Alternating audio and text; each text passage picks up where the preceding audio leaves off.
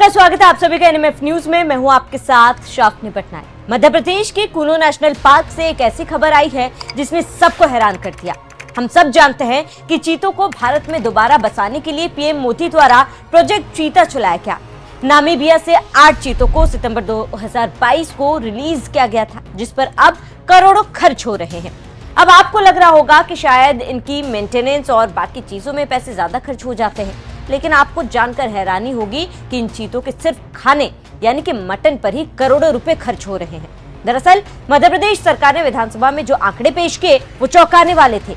अब चलिए देखते हैं कि कूनो के इन वीवीआईपी मेहमानों का साल भर का डाइट चार्ट क्या है और ये लोग ऐसा क्या खाते हैं कि करोड़ों खर्च हो गया।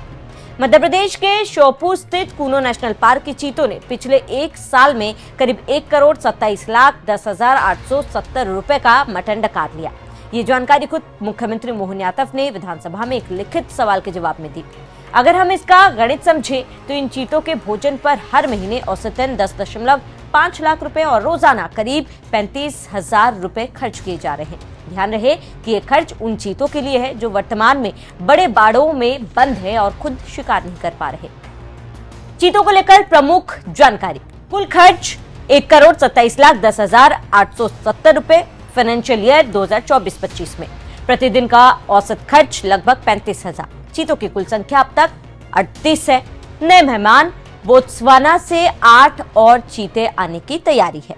हालांकि इस भारी भरकम खर्च ने अब राजनीतिक गलियारों में हलचल पैदा कर दी। कांग्रेस विधायक मुकेश मल्होत्रा ने सरकार से सवाल पूछा था कि क्या चीतों के भोजन के लिए कोई अलग बजट हेड है।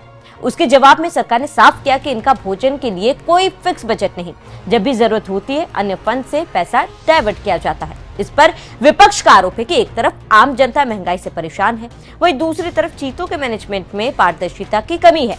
हालांकि वाइल्ड लाइफ एक्सपर्ट्स का कहना है कि चीतों को बाड़ों में रखने पर उन्हें जिंदा रखने के लिए मटन सप्लाई करना बहुत ही जरूरी और उनकी मजबूरी है।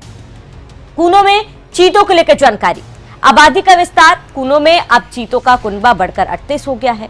इसमें से 27 चीतों का जन्म भारत में ही हुआ है, जो इस प्रोजेक्ट की एक बड़ी सफलता मानी जा रही है। बोत्सवाना से नए चीते। बहुत जल्द बोत्सवाना से 8 और चीते कूनो आने वाले हैं। इनके आने के बाद मटन का ये बिल और भी बढ़ सकता है। शिकार की कमी। आलोचकों का कहना है कि अगर कूनो में प्रे बेस यानी चीतल और हिरणों की संख्या पर्याप्त होती तो मटन पर इतना खर्च करने की जरूरत नहीं पड़ती। अब चीते कूनो जंगल से निकलकर ग्वालियर, श्योपुर, शिवपुरी, मुरैना और राजस्थान में भी जा रहे हैं। गांव के लोगों की बकरियों और जानवरों का शिकार बना रहे हैं। विधायक ने ये भी सरकार से पूछा कि क्या कूनो जंगल में चीतों को खाने के लिए नहीं मिल रहा है कि वो जंगल से बाहर निकल रहे हैं। 6 दिसंबर 2025 को घाटी गांव एक्सीडेंट में चीते की मौत हो गई थी, जिसके बाद बहुत विवाद हुआ था। विधायक ने कहा था कि क्या कूनो से स्टाफ और अधिकारी चीतों की भलाई और सुरक्षा के लिए जिम्मेदार नहीं है या लापरवाही बरती जा रही है। इन सवालों पर सीएम मोहन यादव ने लिखित जवाब में कहा था कि कूनो नेशनल पार्क में चीतों को खाने के लिए अलग से कोई रकम नहीं दी गई थी। चीतों को हर दिन कितनी बकरियां खाना है खिलाया जाता है, इसका कोई तय मानक नहीं है। जरूरत के हिसाब से उन्हें मीट दिया जाता है। खुले जंगल में घूमने वाले चीते कभी कभी गाँव में बकरियों और जानवरों का शिकार कर लेते हैं, जिसके कारण लोगों में भी डर का माहौल रहता है।